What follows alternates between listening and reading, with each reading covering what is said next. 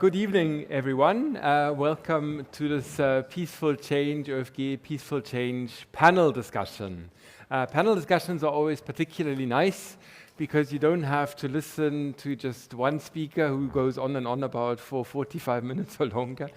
But you have two, and there will be a lot of discussion amongst the three of us, between you and us. And so I'm really looking forward to this. The topic is intercultural dimensions of international law. So me not being an international lawyer, I don't know all that much about it. Just a few introductory remarks how I see that. This working group at the Austrian Research Association that we have is entitled Peaceful Change. It's been ongoing for 6 years. And that term is very much in fashion at the moment in international relations as a discipline. Yeah, it's a question about world order changes. Do they happen violently? Do they happen peacefully? Under what conditions do we have what kind of avenue of change? Originally, this actually comes from international law. So it's E.H. Carr, international relations scholar, but originally an international lawyer. And he was very much interested in the peaceful settlement of disputes. And when we look at the peaceful settlement of disputes now, then on the one hand, at least to me as an IR scholar, it looks very clear-cut. So I look at Chapter 6 of the UN Charter, and there's all kinds of things written in there that states are obligated to seek peaceful settlement of disputes, and there are all kinds of methods that are being listed. But there's also something a very general provision that states can basically settle these disputes with all kinds of means, so it's not an exhaustive list. And when we look at how different states in different regions of the world settle disputes, it's oftentimes quite different, or how internal conflicts get settled is oftentimes quite different. So you see where I'm hinting at. I'm hinting more and more at the topic of today's talk, intercultural dimensions of international law. And please join me in welcoming our two speakers for today. And even before I introduce them, we can give them a big round of applause. There's to my right, Professor Rüdiger Lohlker. He's Professor of Islamic Studies. He's currently working as Professorial Research Fellow at the Research Center Religion and Transformation in Contemporary Society at the University of Vienna. So it's another non-international lawyer sitting there to my right. And he does very exciting research on the theory of rulership in Islam, Islamic law, Indonesian Islam, Islamic soft power, and Islamic extremism. And his recent publications include Humanitarian Islam, 2023, Agents of Violence, 2024, and Geschichte des islamischen Denkens über Herrschaft, so the history of Islamic thought about rule, which is, I think, forthcoming soon. Hopefully. Yes, hopefully. And to my left is Professor Irmgard Marboe. She's Professor of International Law at the Department of European, International and Comparative Law at the Faculty of Law at the University of Vienna. She is, by the way, also in the steering committee of our working group on peaceful change at the Austrian Research Association. And Irmgard, thanks a lot for your work in that context too. She was previously the director of the Vienna International Christian Islamic Summer University, which took place between 2008 and 2018 at the Abbey of Altenburg in Lower Austria. Between 2013 and 2018, she was co-rapporteur of the committee Islam and International Law of the International Law Association. And Irmgard also publishes widely, so for instance, her piece of Rule of Law, Freedom of Expression and Islamic Law in 2017. She's published a commentary on the Arab Charter on Human Rights in the Elgar Encyclopedia on Human Rights. And she published in the Proceedings of the German Society of International Law in 2024 on the topic Islamic Law and the Colonial Past from the Perspective of Public International Law. And discussing the order of things today, so we thought we'll let Irmgard go first, and she's gonna move probably from a more nuts and bolts understanding of international law towards the intercultural dimensions, and then Rüdiger is gonna follow up with that and is gonna focus a little more on what he does in terms of his research right now. So then, without any further ado, Irmgard, you start. Thank you very much for this very kind introduction. It's a great pleasure to be here with you today, this evening, and this full house. Welcome. I'm really impressed and look forward to the discussion also. So I will not talk more than for 15 minutes, that we have also then time for discussion. I'm really curious to hear your views on your questions. Why I sent you this, a little list of last publications. They are specifically dealing with Islam and international law, because this is one of my specializations. But I've been here invited as previously on other areas, so that's why I explained that. I was invited for space law. Law of outer space is my other specialty, and international investment law. So very different areas. But I really like this change. Peaceful change amongst the disciplines. So Islam and international law. So I have worked a lot for many years on this relationship. So cultural dimensions of international law, in that sense, is occupying me for quite some time. On the other hand, when I read this title, I was wondering, how can you really reconcile culture, intercultural dimension, and law, when we think of law as an objective order of norms. So norms should be objective and should apply to everyone regardless of any cultural identity or background. Should not exactly law or justice be blind for these external influences. When we think of the goddess Justitia, Lady Justice, the Roman goddess, how she is depicted blindfolded, and she carries a balance in one hand for the careful weighing of all facts, and then the sword on the other for the enforcement of the law, but blindfolded that the law should apply equally to everyone. So how does that match with intercultural and different cultures? In particular then now when we talk about international law, and we know that at the international level we are faced with many different cultures, different systems, policies, ideologies, and how can this work together? Can it at all work? And I try to take out 3 principles of international law, as we call them, foundational principles of international relations, and they appear in the Friendly Relations Declaration of the United Nations of 1970, and the 3 of them are: first, the sovereign equality of states. So we talk about states. International law is about relations among states, and they should be sovereign and equal, and the principle of non-intervention goes with that. The second is the territorial integrity and the prohibition of the use of force. And the third is international human rights law, so that international relations should also be based on the respect for and the promotion of human rights. So first, I tried really to be brief, and it's such a huge subject, and of course we could write books on that.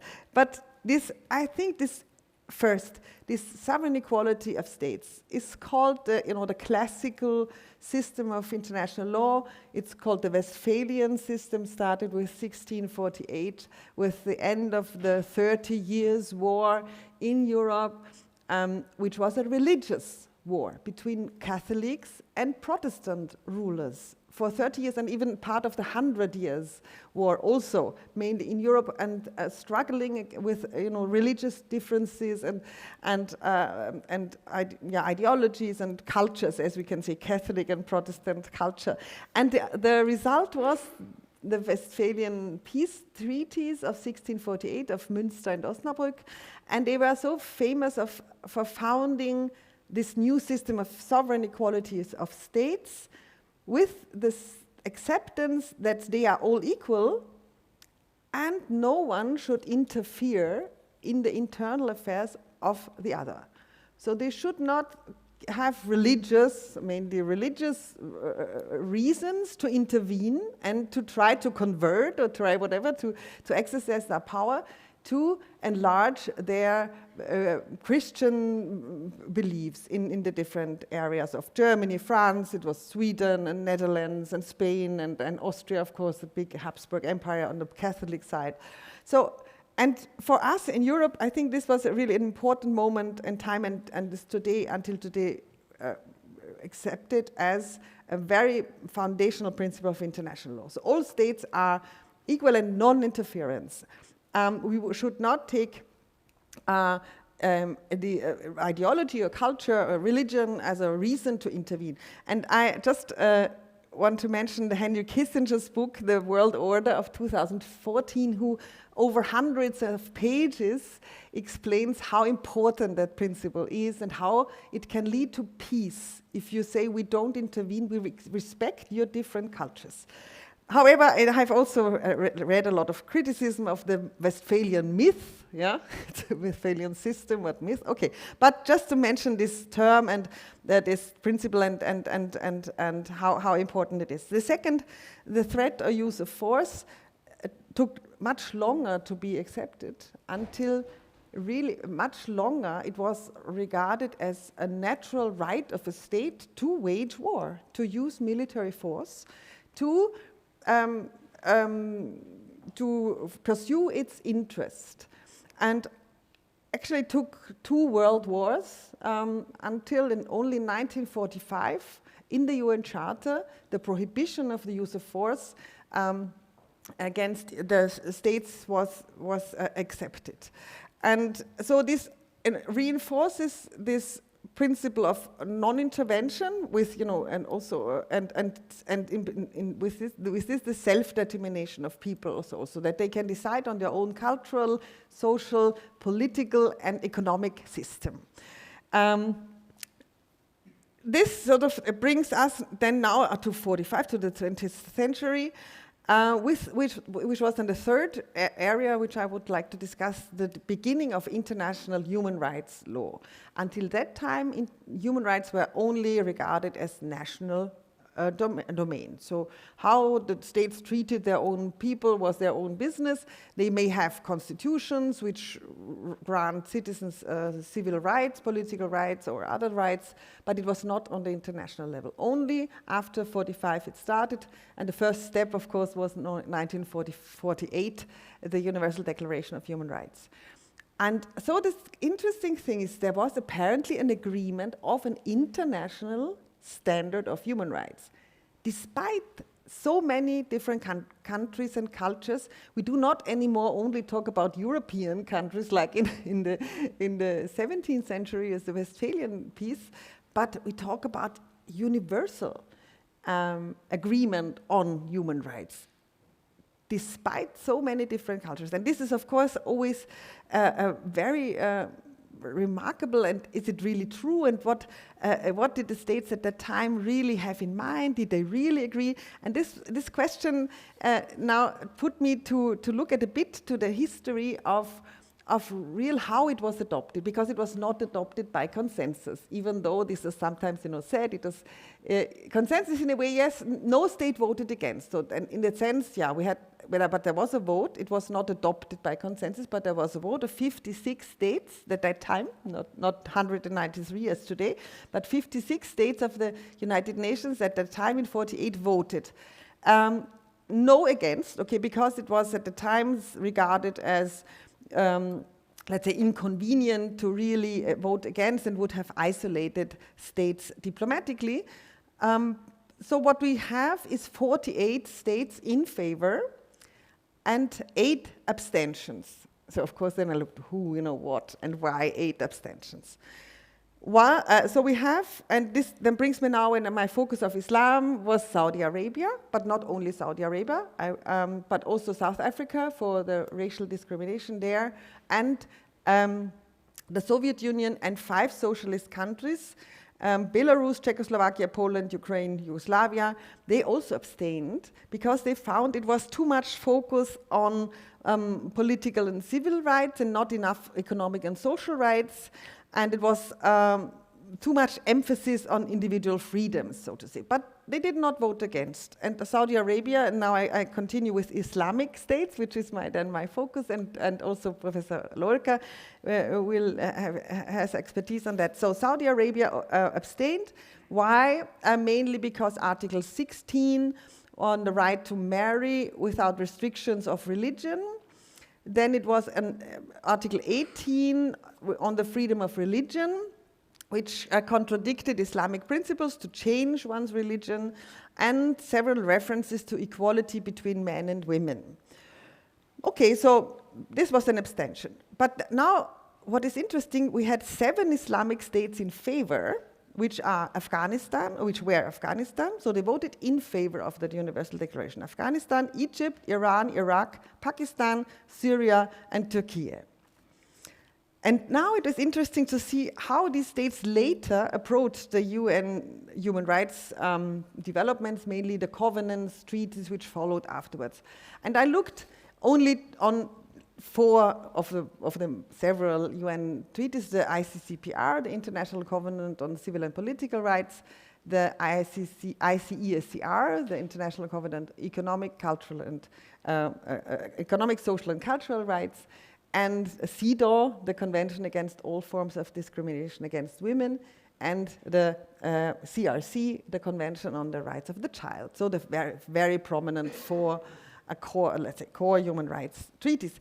And what do we see here? I have made this table here exactly for this, and I really like the outcome. So all of these 7 states have ratified all of these 4 treaties, have ratified them, with the exception of Iran, that has only not ratified CEDAW, but it has ratified the other first covenants and the rights of the child.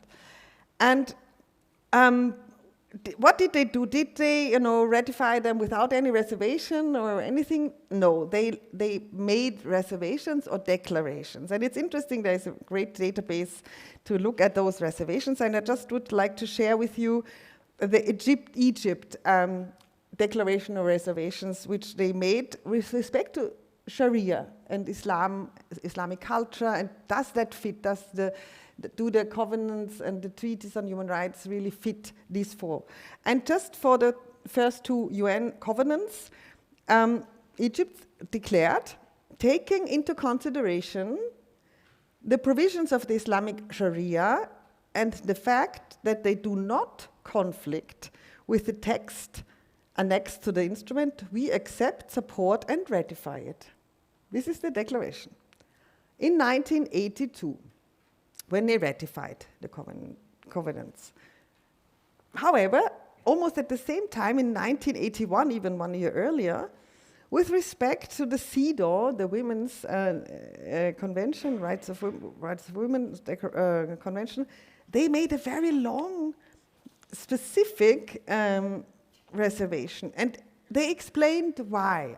That's interesting to read, and allow me to quote just this reservation, because other states like Iraq and other had rather general Sharia reservations, reading like, for example, the government of the Islamic Republic of Iran with the CRC reserves the right not to apply any provisions of articles of the convention that are incompatible with Islamic laws and the international legislation in effect. So rather general Sharia reservations, which really are problematic because we do not really know what does that mean. So they ratify the convention, for example, on the rights of the child, but on the other hand said, but only to the extent that it doesn't contradict Islamic law or our national law. But Egypt is very explicit and explains us more in detail, and this is the only example I will take out, but it's a very good example, I think. So, reservation to the text of Article 16 on the CEDAW, concerning the equality of men and women in all matters relating to marriage and family relations during the marriage, and upon its dissolution, without prejudice to the Islamic Sharia's provisions, whereby women are accorded rights equivalent to those of their spouses, so as to ensure a just balance between them. This is out of respect for the sacrosanct nature of the firm religious beliefs which govern marital relations in Egypt and which may not be called in question, and in view of the fact that one of the most important bases of these relations is an equivalency of rights and duties, so as to ensure complementarity which guarantees true equality between the spouses. The provisions of the Sharia lay down that the husband shall pay bridal money to the wife and maintain her fully, and shall also make a payment to her upon divorce, whereas the wife retains full rights over her property and is not obliged to spend anything on her keep. The Sharia therefore restricts the wife's right to divorce by making it contingent on the judge's ruling, whereas no such restriction is laid down in the case of the husband. So this is very specific why they make this reservation on marriage. However, if that were the only reservation, we had no problem, but there is an additional general reservation on Article 2, namely the Arab Republic of Egypt is willing to comply with the content of this article, provided that such compliance does not run counter to the Islamic Sharia. So this sounds very much to the general Sharia reservations. And Article 2 of the CEDAW is rather fundamental, because it says, well, the state parties condemn discrimination against women in all its forms, agree to pursue by all appropriate means and without delay a policy of eliminating discrimination against women, and to this end undertake, amongst others, to embody the principle of the equality of men and women in their national constitutions or other appropriate legislation, if not yet incorporated therein, and to ensure through law and other appropriate means the practical realization of this principle. So there we have an Egyptian reservation. So you see what we see from this and other similar reservations, that we have two approaches. On the one hand, the state says, well, there is no contradiction with human rights, international human rights, but on the other hand, with respect to women or freedom of religion, reservations have been considered as necessary. So as a result, my last minutes have started. I would like to highlight two documents which have been now then developed later on, a response from the Islamic realm to formulate specific Islamic human rights. And the first is the Cairo Declaration of Human Rights in Islam. First, it was published and adopted in 1990.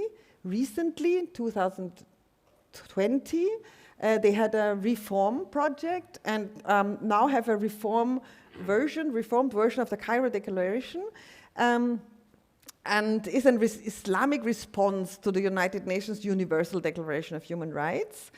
And it contains numerous human rights which sound similar to the Universal Declaration, but almost all of them are restricted by the limits set by the principles of Islam and national legislation. Article 25 now, in the new version, reads, everyone has the right to exercise and enjoy the rights and freedoms set out in the present declaration without prejudice to the principles of Islam and national legislation. Yeah, so we have a very general, limitation. Because of these limitations, this Cairo Declaration has been criticized as an attempt to shield OIC member states, because it's an OIC document, Organization of Islamic Cooperation, which has 57 member states and is really the biggest, second biggest after actually the United Nations organization to bring together Islamic, not only mainly majority countries, but some also minority countries, but mainly majority countries. And what do they say they are the collective voice of the Muslim world and work to safeguard and protect the interests of the Muslim world in the spirit of promoting international peace and harmony. So that's the OIC document, and the Arab Charter of Human Rights is a document of the League of Arab States. It's not an Islamic really document, but it's concentrating on Arab states and the furthering of Arabic friendly relations and strengthen their cooperation. And it has now, the text is of 2004, and it's a charter, so a treaty is not only a declaration, and is regarded or can be characterized as a comprehensive regional human rights documents like the European Convention on Human Rights. So we have these regional specific documents, and here the Arab Charter on Human Rights, which attempts to reconcile a modern understanding of human rights with the Arabic heritage and Islamic tradition. However, what we see in the reality, and also this is the criticism on both documents, that Islamic Sharia is interpreted in the different member states in a different terms and ways. We have Sunni, Shia Islam, and some more strict interpretations and more liberal interpretations in different countries. So what would be really urgently needed are monitoring bodies, and there are some monitoring bodies, the Arab Human Rights Committee, and there is also for the OIC an independent permanent human rights commission, which have the role of monitoring compliance with the declarations, but not in the sense that we know them from the Geneva organs, from the United Nations or the Strasbourg institutions for Europe. So this is the lack of monitoring and compliance, perhaps by independent bodies, is one of the problematic things we can see here. But further things perhaps for the discussion. My concluding word is, what do we have a conclusion? Does it work or not on the international level to protect human rights? And I would really like always to quote Manfred Nowak, who was a professor, is still a professor, but now emeritus of the University of Vienna, specialized in human rights, and was himself a special rapporteur, a UN rapporteur on torture. And he coined the term the art of human rights. And he said there is an art of human rights, and emphasizing that international human rights norms always allow for adaptation to cultural specificities, because hardly any human right is absolute, without exceptions. So only a handful of the prohibition of torture, slavery, the inner side of freedom of thought or religion, but others, all others allow for limitations, but only under certain conditions. And this is sort of common of the documents. They need first a legitimate public purpose, so public order, public safety, public health, but also public morals, or the protection of the rights of others. Then the restrictions must be made by law. So important is there is a law of general application, that it's not a selective case on arbitrary application and limitation. It must be a general law that prescribes the limitations. And then the proportional limitation in relation to the purpose is important, that the limitation of the right should only go as far as necessary and useful to achieve the goal. And so with this tool, the public purposes, they are defined by the states and by the society that lives there. So it is possible and to adapt those, and these societies are changing and evolving, so that the human rights instruments are, of course, living instruments. Thank you very much. Irmgard, thanks a lot.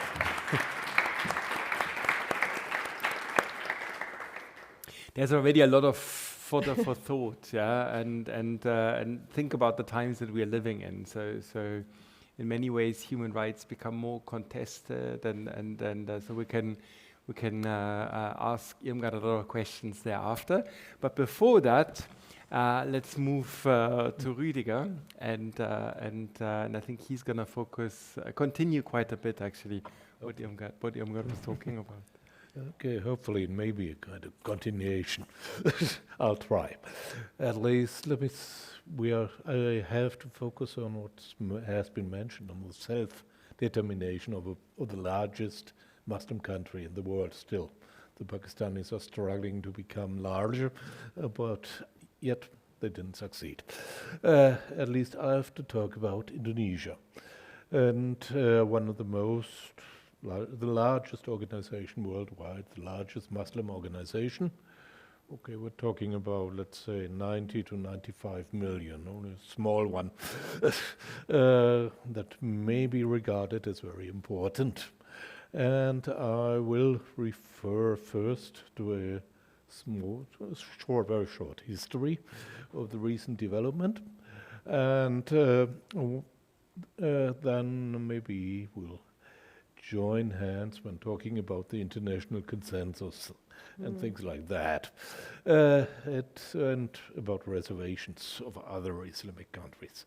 That's, I think, the most important stuff we have to talk about. Let me start with a short story. Many years ago, I don't remember, 2015 or something like that, I've been to Indonesia. We had a meeting at the Ministry of Religious Affairs in Jakarta. Okay, a lot of small talk. I was not listening, I have to admit. After 5 minutes, just looking around, seeing if something is interesting, and I saw the flag of the Ministry of Religious Affairs of the largest Muslim country, and down at the bottom of the flag there was a snake. That's the cosmic snake, the Ouroboros. Quite a Hindu idea. And as a professor of Islamic studies, I tried not to show my astonishment. Okay, why do you have a Hindu symbol in this ministry?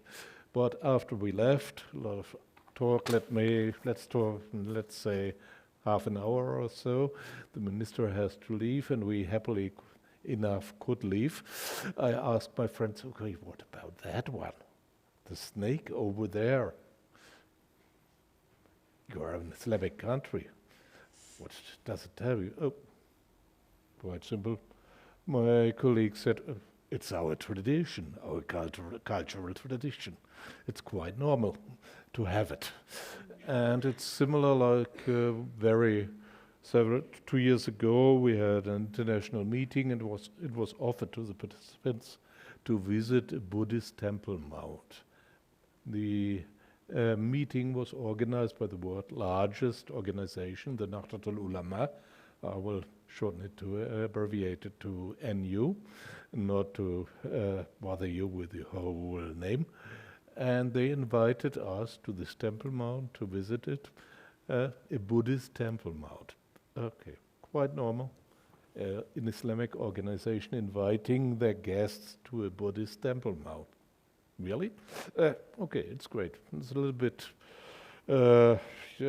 challenging to climb up all the levels of this mount.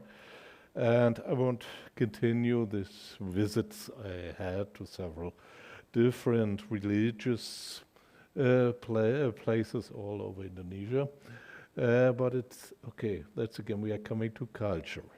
From an Indonesian point of view, non-Islamic cultures are part of the tradition.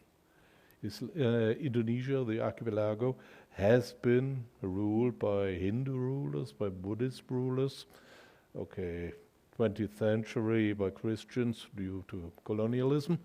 We do have a very rich, diverse history of Indonesia, and it may be symbolized by the motto of the Indonesian Republic, saying, unity out of diversity.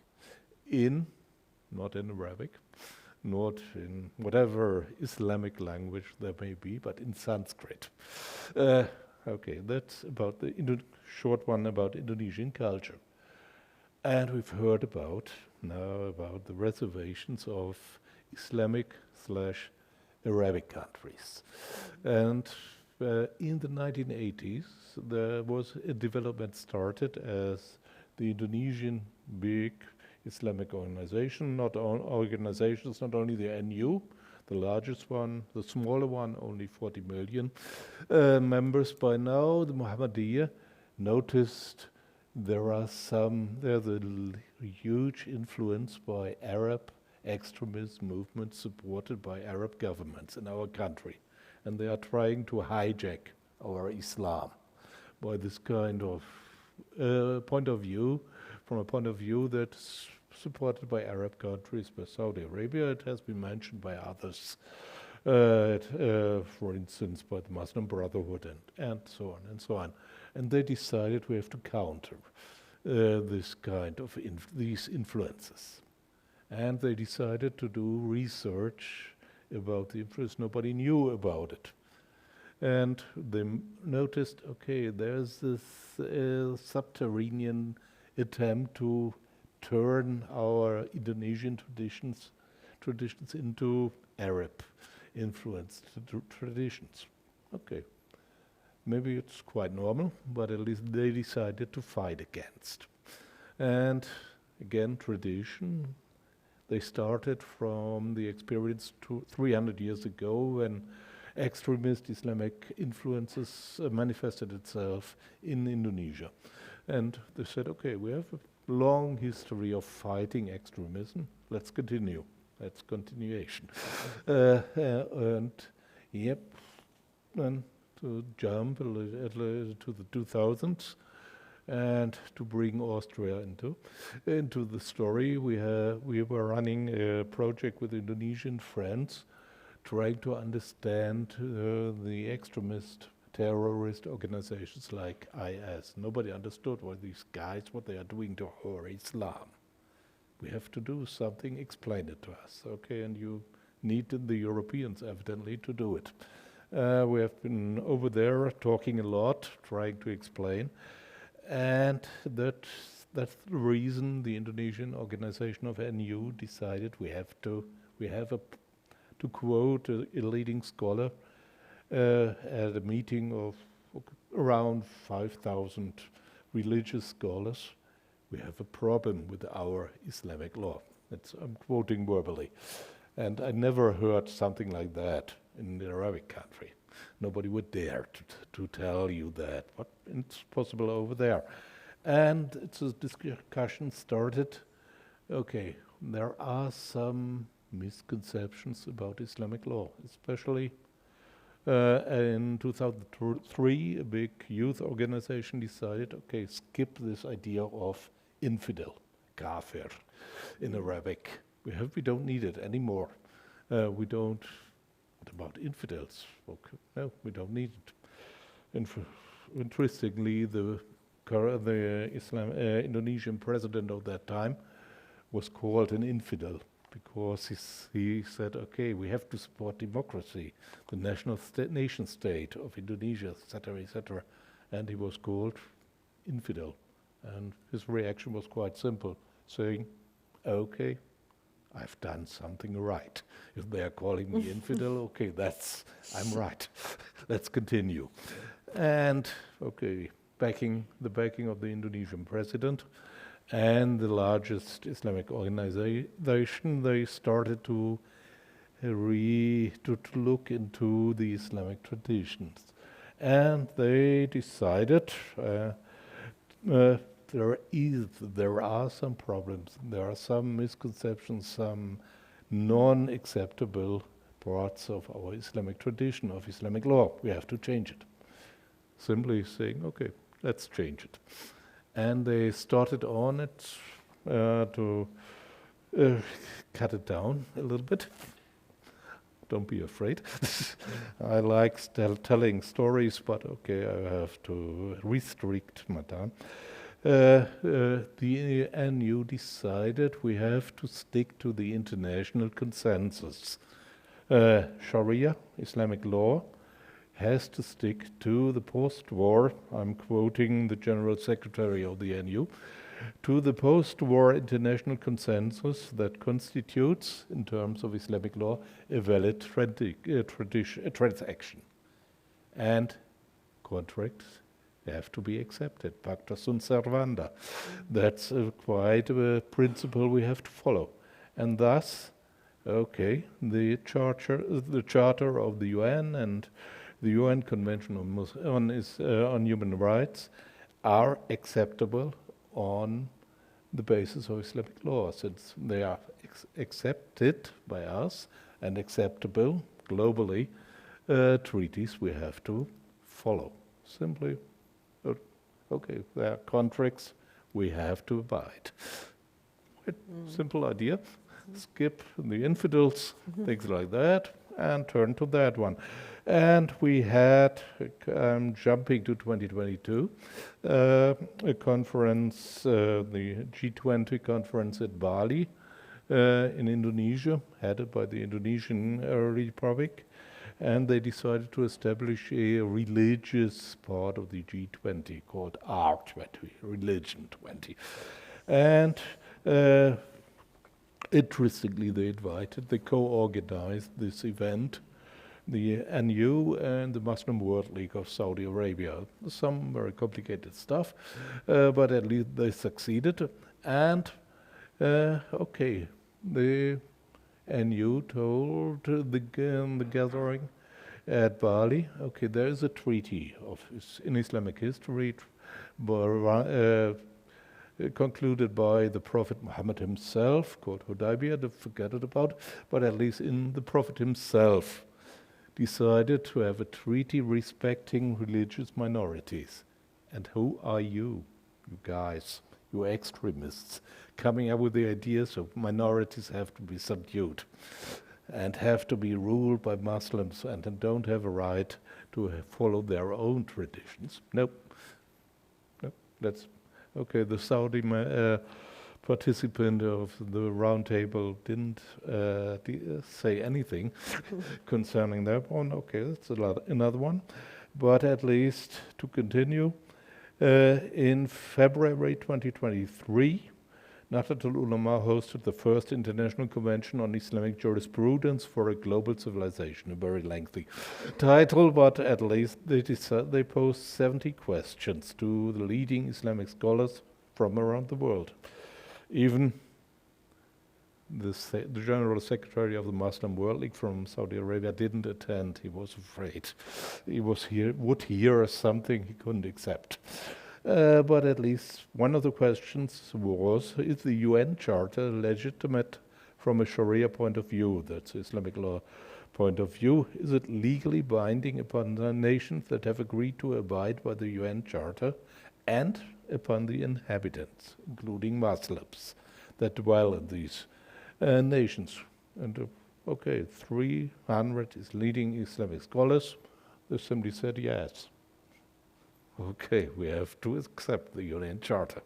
Simply, okay, if we are doing a valid transaction, we have to follow it.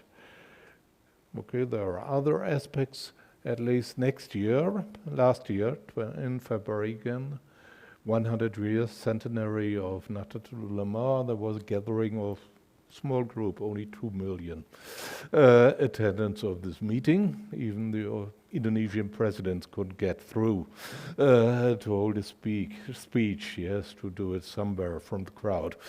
At least I was luckily enough very early there. I was closer than the Indonesian president. But this huge gathering decided we have to follow, we have to say Islamic law, in our Indonesian perspective, has to follow the laws of international UN humanitarian law. Period. That's all.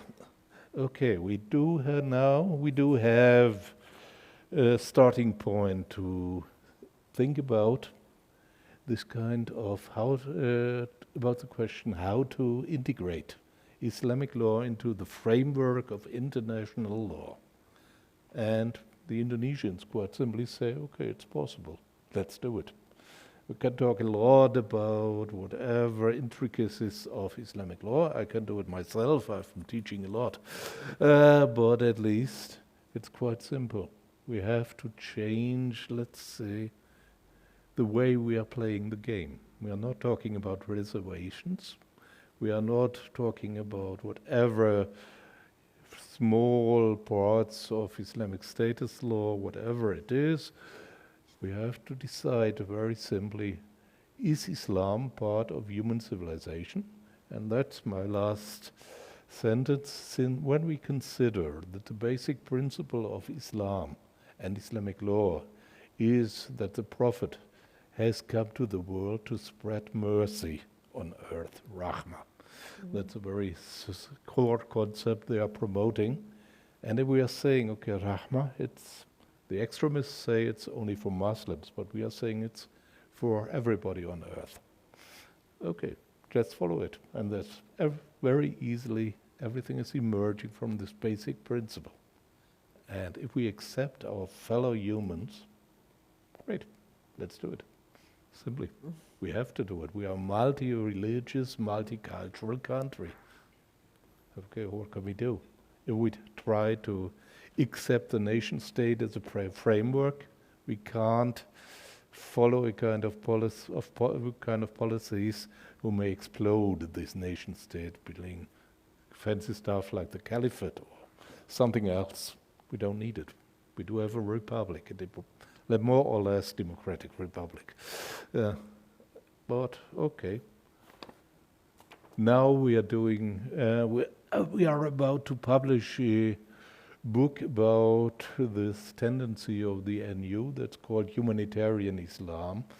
And that's a humanistic view of Islam, and it's promoted by this world's largest organization, and even by the chairman. Now, last week, he has been speaking to the European External Action Service, Action Service. Action Service. Sorry, forgetting all this stuff. I know the abbreviation, that's good for me. Okay, and maybe there are questions. Thanks a lot. Thank you. Rüdiger, thanks a lot.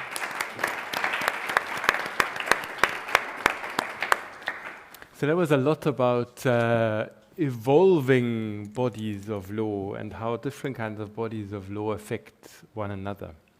I'm not gonna start now a big discussion myself, because I see a lot of interest on your side. So you can ask questions, and since I anticipate quite a few questions, always gonna do we want to always cluster 3 questions at a time. Mm-hmm. Okay. So who wants to go first? Yeah, I knew it. Maybe Wallace first, because he's right there. Yes. So first of all, thank you. Thank you for the wonderful presentation of the intercultural dimension of international law, especially we focus on the Islamic traditions. So my name is Wallace, and I'm the Master student here at the DA, and then my question is also relating to Islamic traditions. So according to Quran, when there is an unlawful sexual activities, or we call it the zina, if I pronounce it correctly, there is a stoning penalties. So, but this stoning penalty violates the universal human rights. So according to the United Nations Human Rights Committee stated in the General Comment 36 that the death penalty may not be imposed in any circumstance for conduct protected by international law, including adultery and homosexuality. But the Muslim or the Muslim people might say that hate is our traditions, or the stoning penalty is our traditions. So you cannot implement your own values or twist the meaning of Quran. So in this situation, will you see it violate, as you mentioned, about the principles of non-interference, or will these actions or human rights implement this by saying that you cannot by saying a kind of like delete or maybe erasing these stoning penalties might violate the non-interference principles as the UN interfered the Islamic traditions. Yeah.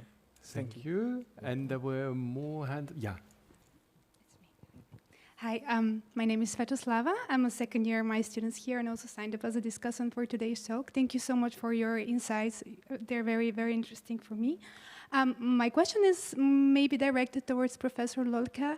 I got the chance to spend 6 months in Indonesia as an exchange student, so I definitely maybe can understand a bit more your perspective on the religious side within the political situation of Indonesia. But something that really struck me was the question of Aceh Banda. This is the autonomous region of Aceh Banda. It's a region that basically allows for Sharia law to be implemented, especially for criminal cases. And I was wondering if you could comment on that and whether you would consider the decision of the Indonesian government to allow that status of Aceh to exist as a compromise to keep that unity in diversity. Or would you say that there might be a slight change in direction of the political and religious identity of Indonesia in the future? Thank you. Thank you. And then we can do one more question in the first round, and again the neighbor next to her. The neighbor next.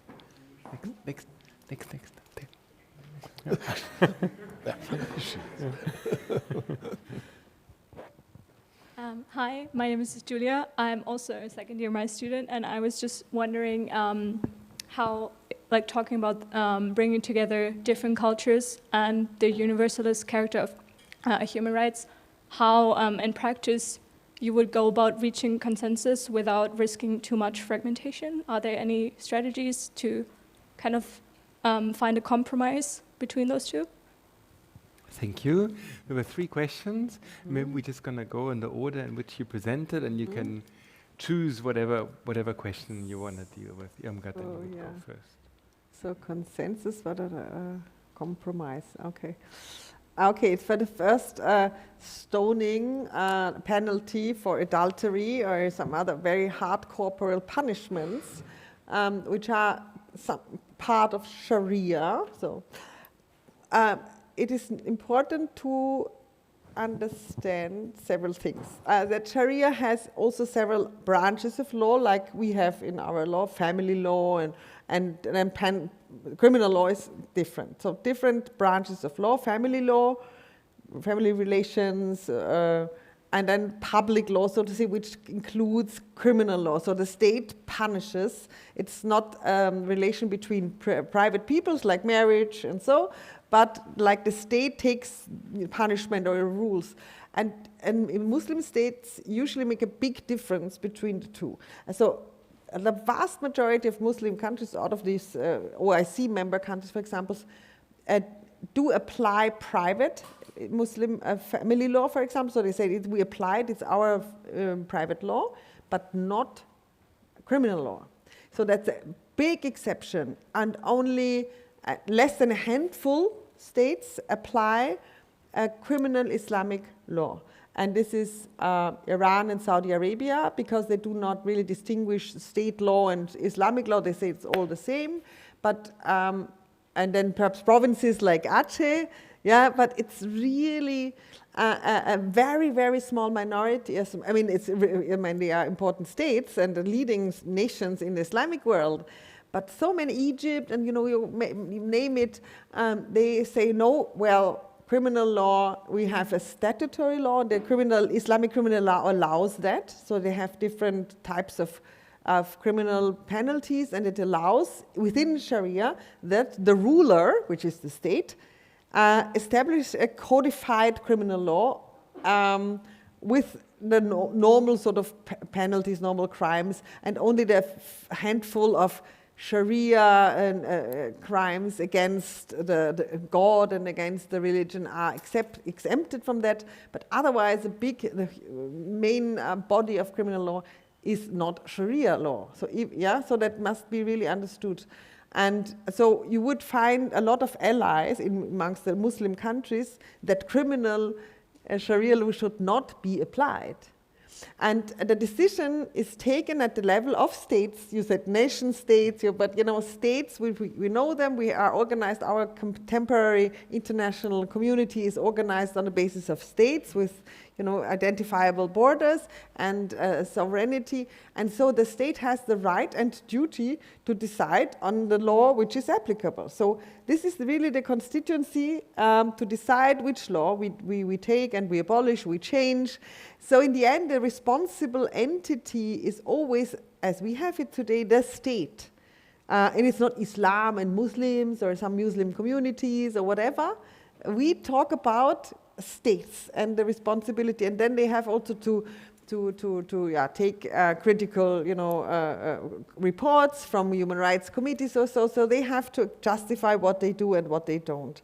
So I think maybe this helps, because this is also helpful for within the countries in Iran, perhaps in Saudi Arabia, to say, well, we can be Muslims and still not accept Islamic Sharia law as in corporal punishment. So we need to understand that. I hope this is a bit helpful. And then consensus or compromise was the question here. What I currently see that we have already today quite a significant body of international human rights law, so covenants. I think it's about 10 core international conventions on human rights, and they have already, let's say, been adopted in a process within the United Nations. And so the status is now they are there, and states can only, so to say, decide to take them or not, or to take them with reservations. So currently I do not see any further process of future development of new human rights treaties. Yeah? Actually, was this the question?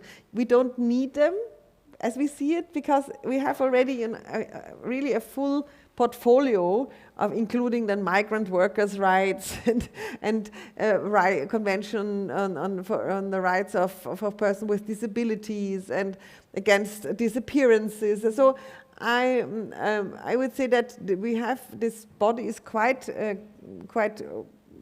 comprehensive.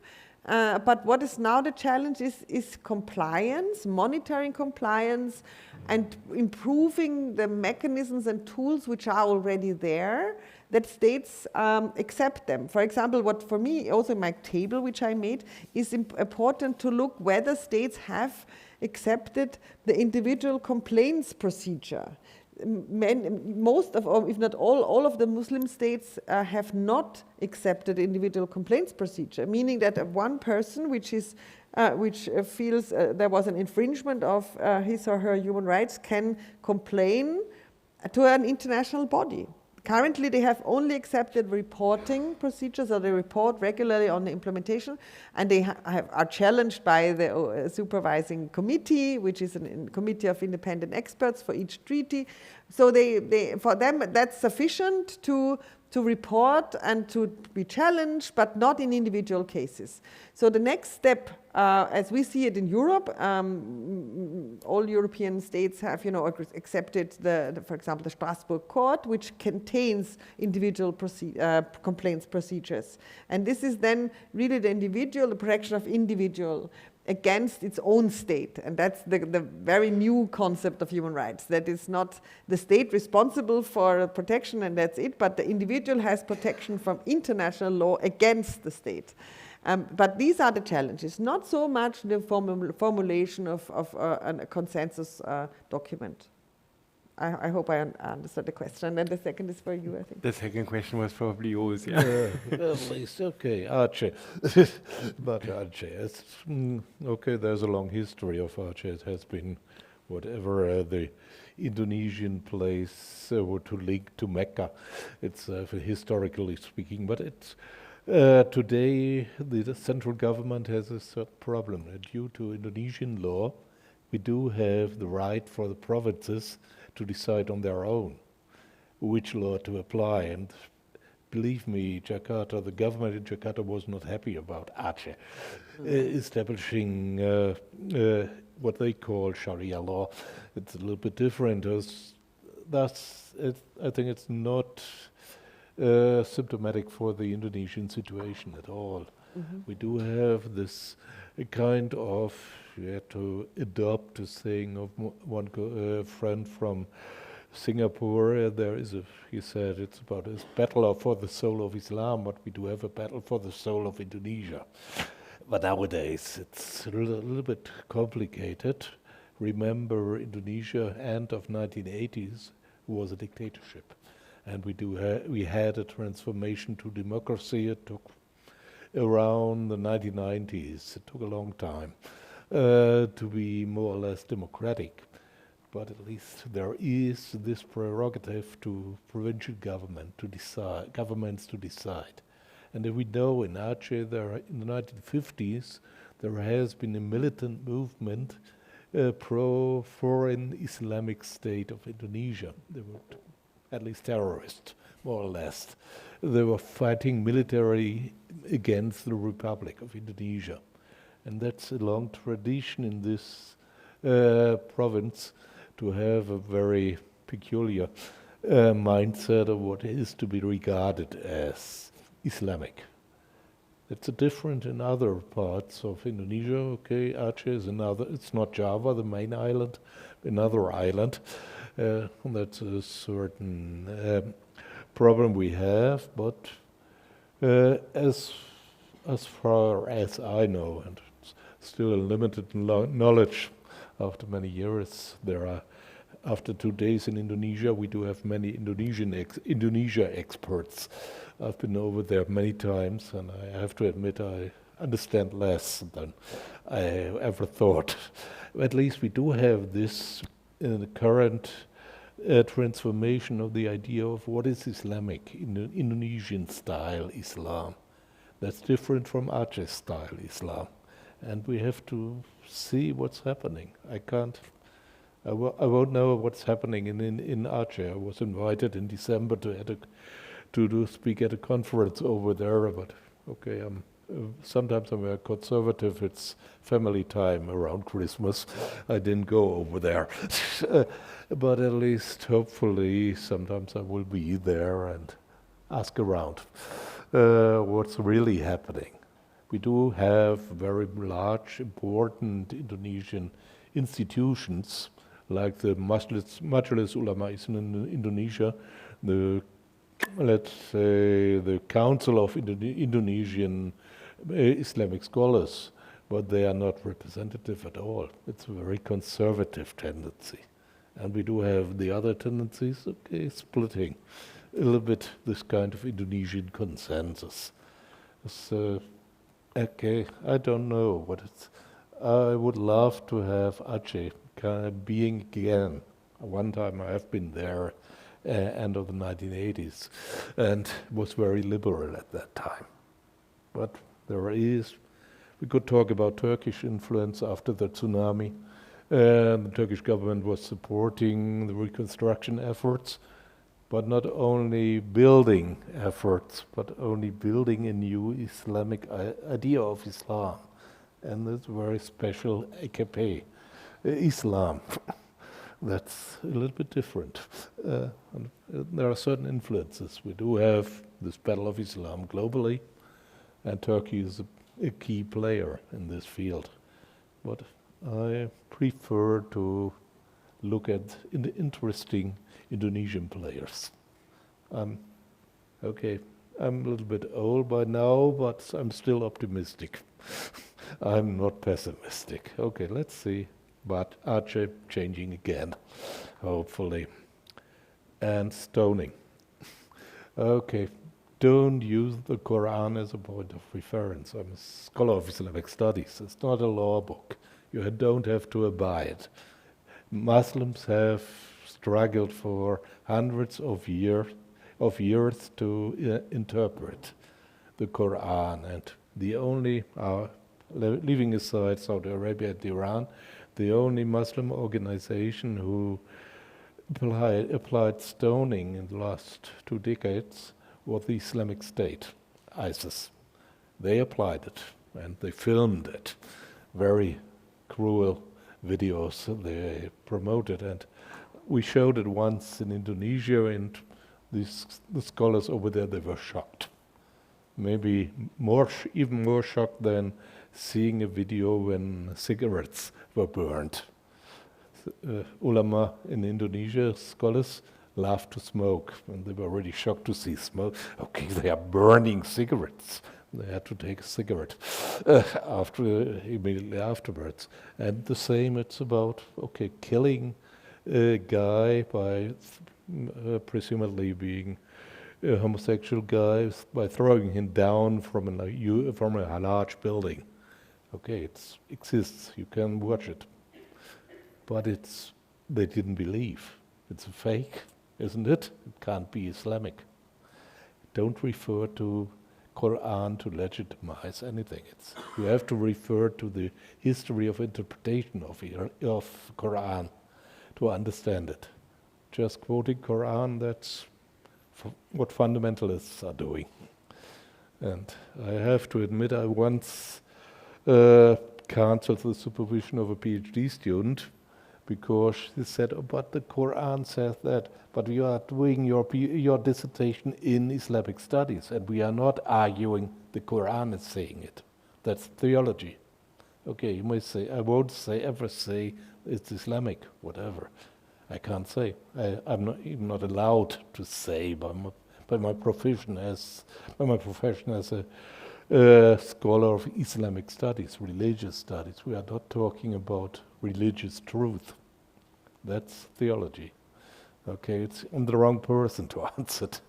I would like to say, okay, there is a tradition reaching up to the 20th century, but there are many other traditions. And don't think what the Quran is saying it. That's not the only argument we have. I may quote dozens of commentators on the Quran who say something contrary to these opinions, who legitimize stoning. They say, okay, it's a very extraordinary situation in early Islamic times. We've had a lot. Okay, but I prefer saying that the Prophet is bringing mercy to the earth. That's not stones. You are stoning, for instance, during the Hajj in Mecca, you are stoning the devil, the Satan. That's what they are doing. That's the station where you are applying stoning. Many Muslims do that at that moment close to Mecca, only at that time. Whatever the Saudis doing outside of Mecca, we're leaving it aside. Maybe. And I forgot something. Whatever. It's okay. Sorry. The consensus. The consensus, yeah. Do you want okay, very short one. I think it's what I tried to describe is these Indonesians are trying to join the international consensus, and they are starting to apply whatever is needed to abide to the international consensus of international law. And I think that's the most important part. Thank you. Then we're going to move to the third round, and this time I'm going to privilege this side. So we're going to do 1, 2, 3. The third row. Third row. 1, 2, 3. Yeah. The first row is discriminated against. Yes, but not for long. I'm sorry. Hi, my name is Erik Alholm. I'm a student from Finland.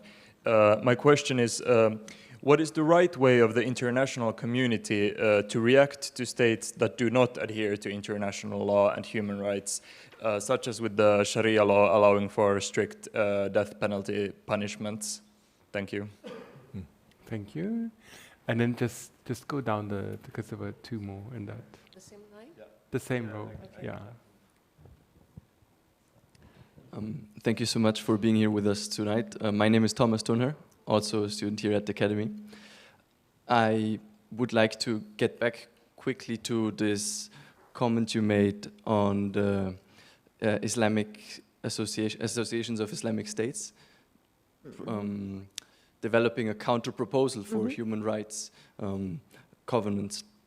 What do you think is the larger implication of this towards fundamental international laws and principles such as the UN Charter and human rights? Because after all, it is a consensus among nations, and if there is large momentum with a lot of nations that want to alter it, then that has certainly some implications on the current valid legislation. Thank you. Thank you, and then your neighbor, yes. Yes, my name is Rick Bosch, temporarily in Vienna from Oslo, Norway. And originally from the U.S. But not being a lawyer, I wanted to take this away from the academic to more practical example to make it easier to understand. Recently, in real world, the taking of the hostages in Israel. One, is that a violation of international law? Two, what mechanisms kick in this process, in this event? And three, what courses of action take place or do not take place, and why? Thank you, and I'm going to hand over to our lawyer straight away. So first, the first question, how should states react against human rights violations?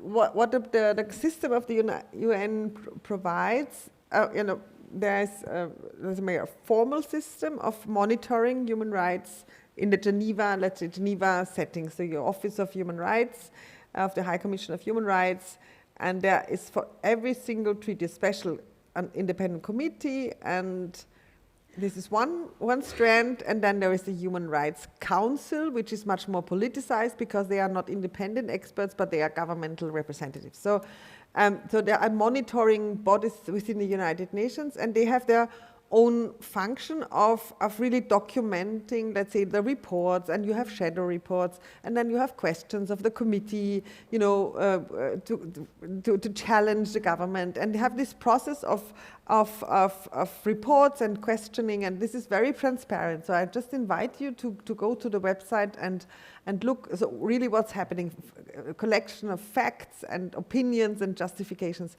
But does this really help? Does this really change anything? Well, international law works a lot, and this is then a connection to politics and international relations, with blaming and shaming. I think that's one of, it's not always, you know, the arms, which fortunately, which talk, but while you have a certain reputation at the international level, and you also want to pursue your goals in economic terms, political terms, alliances, and so on. States traditionally and generally, and I see that, and you can observe it in the United Nations here, when you have the chance to go to any conference or so which is there, are very careful to have a good reputation, to not be blamed publicly for any wrongdoing. And if they are very, you know, sensitive, and they react, and then they, okay, it's a platform of discourse, and this is already a lot, because you know, without the United Nations mechanisms, you would not have that platform. And how should states then react? Then further to that, so once you know what's happening and what's in public domain, so to say, that every single state should or could react.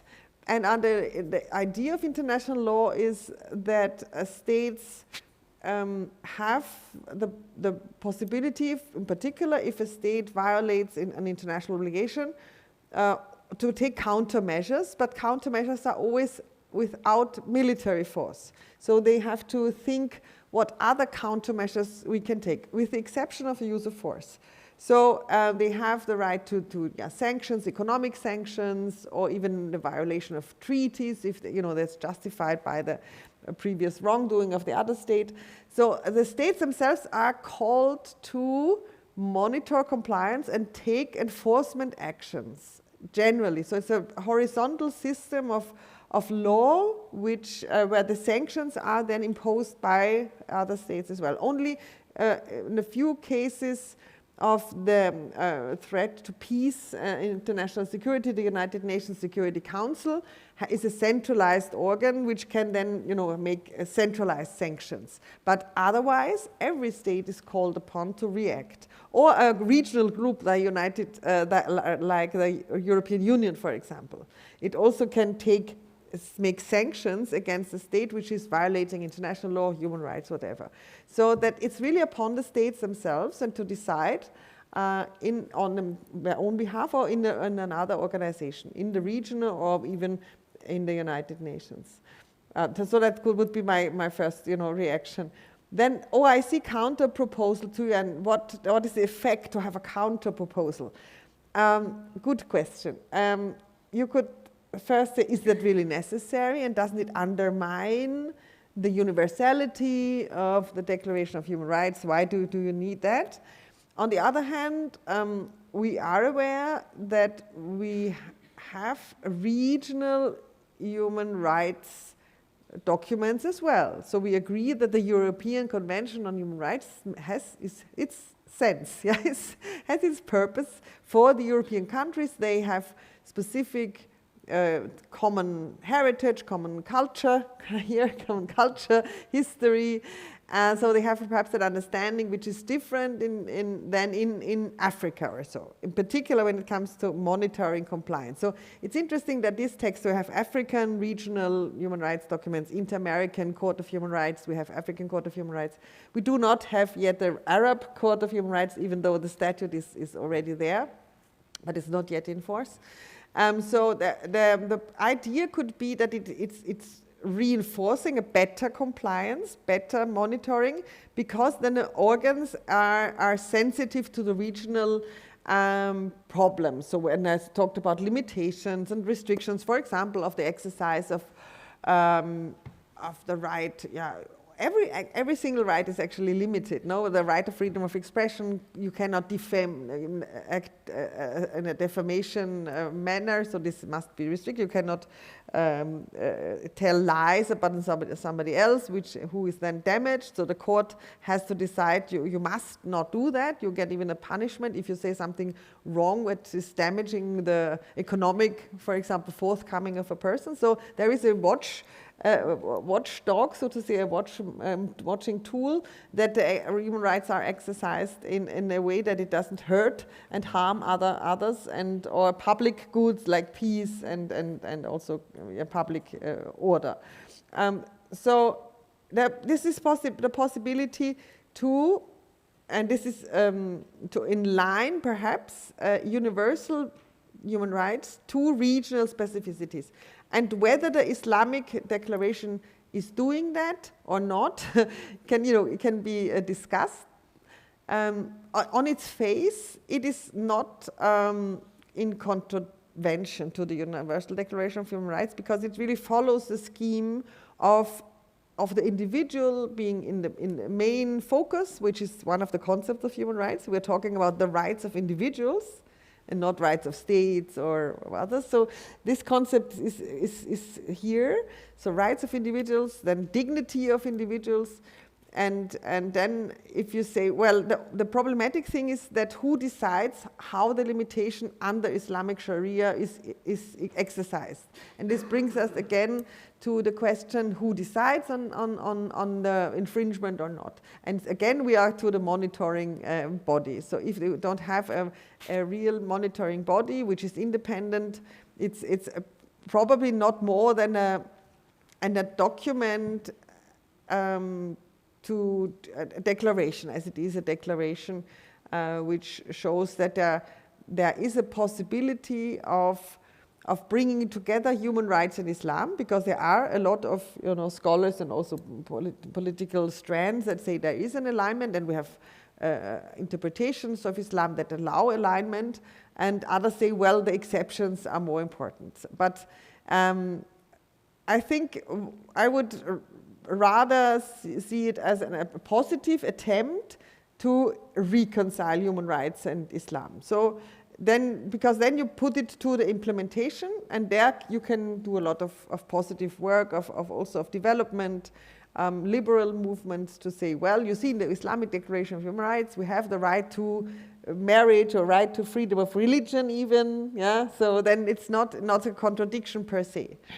But you can, of course, criticize it, but it's, they are there, and they are quite, they are quite famous or well-known, because these two organizations are quite influential. The OIC and Arab League are, prominent organizations.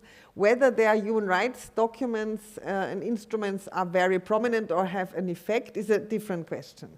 So in reality, does really the League of Arab States care a lot about compliance with the Arab Charter on Human Rights, or do they have other priorities?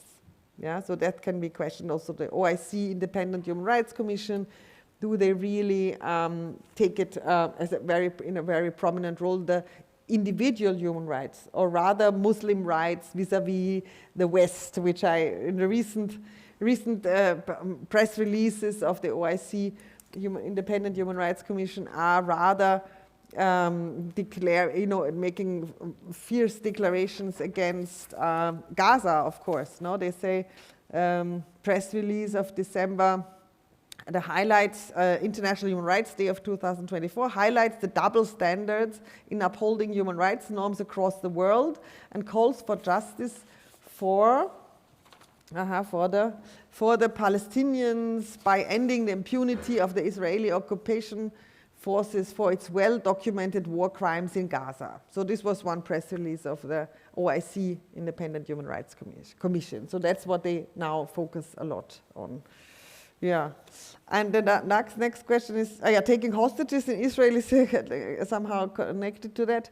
What are the reactions? I mean, you can follow the media. What are the reactions? The political reactions are there, and try to negotiate. I mean, what can I say more than what we know from the media? Taking hostage. What is here? What your question is? Taking hostages in Israel. So this concerns a group of terrorists who take hostages. So they are criminals. So under my understanding of law, they are criminals. They need to be brought to court, to a criminal court, and bring to jail. Okay, but which jail? Where is there a functioning system in Palestine, in Gaza, that exercises this jurisdiction? Because it's not a state act as such. There is not a government which did these acts. It's a terrorist group. So this and it's recognized as such. But there is no court in Gaza which can bring the terrorists to justice currently. Perhaps in the peace process, this will be one of the consequences, that the perpetrators need to be brought to justice, to court. But there is a long way when you have such a non-functioning state and non-functioning institutions in various areas in the world. That's one of the challenging things, that the lack of institutions that work. So this is really fundamental for protection of human rights, and also then bringing perpetrators to justice. Irmgard, thank you. Rüdiger. Should turn it on. At least, okay, taking up the cue from Gaza, the hostages. We've had a very recent, I think in November, it was issued a declaration by the R20 Secretariat called, I have to quote, analysis and call to action, which is intended to spur the creation of the Road Not Yet Taken initiative, a multi-religious path towards Middle East peace. Okay, that's an initiative by the NU, once again, and they are saying, okay, we do have this there is a political problem, not a religious problem.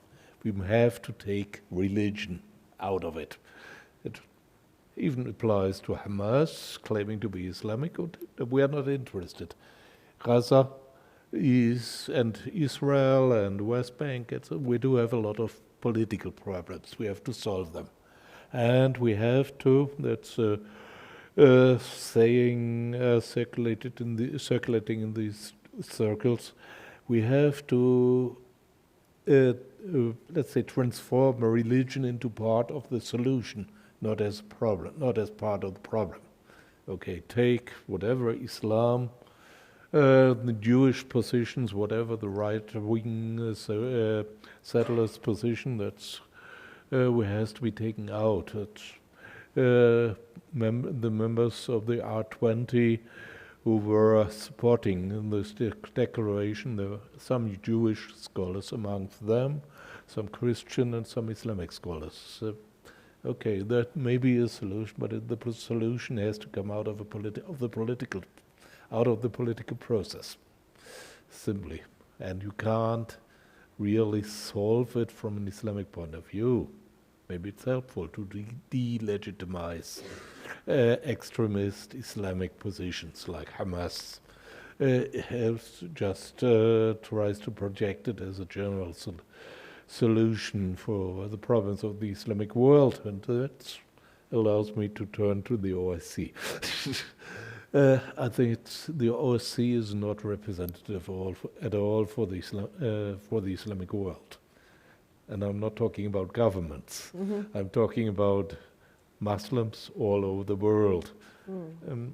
Very few people respect OSCE decisions. Most of them don't know anything about it and are not interested.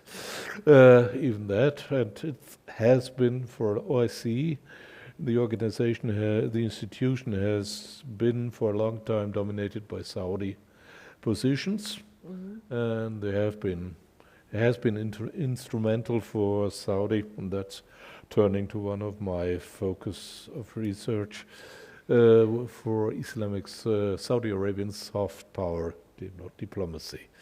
They are trying to project the idea, at least of Saudi Arabian Islam, the Wahhabi brand of Islam. It has been changing for several years now, but OIC was instrumental to project this idea of extremist fundamentalist Islam worldwide. Okay, it doesn't work not as easy as before by now because of changes in the Saudi Arabian government. I think it's okay. I've read the declaration, the counter-declaration at all, but nobody outside of Saudi Arabia and OIC circles is really reading it. It's part of the political game, what I just mentioned before, the battle for the soul of Islam. Some people are throwing, okay, we do have this counter-declarations of this detrimental Western influence to get rid of it. But nobody is really interested, not at all. As far as I know, even in Tunis, whatever, in Egypt, nobody, okay, there's these guys over there in Saudi Arabia declaring whatever. I have to buy food for my family, not reading these these kind of declarations. Think of Lebanon, we don't have a government. There is no government that could abide to any declaration at all. Okay, it's really a very, let's say, systematic approach to develop the systematic counterpositions. For Muslims, it's not at all interesting, I have to admit. Maybe some guys in Pakistan who are very happy to go to demonstrate in the streets against whatever, or pro-blasphemy law, or what's against human rights. Certainly, I've been talking to a colleague, a friend of mine, who was threatened, if you are talking in Pakistan publicly, you will be called blasphemous and you will be persecuted. A guy from the US, Turkish origin, Muslim, okay, he said, no, okay, I will talk and leave the country after this talk. It's secure, more secure than anything else. We do have these problems.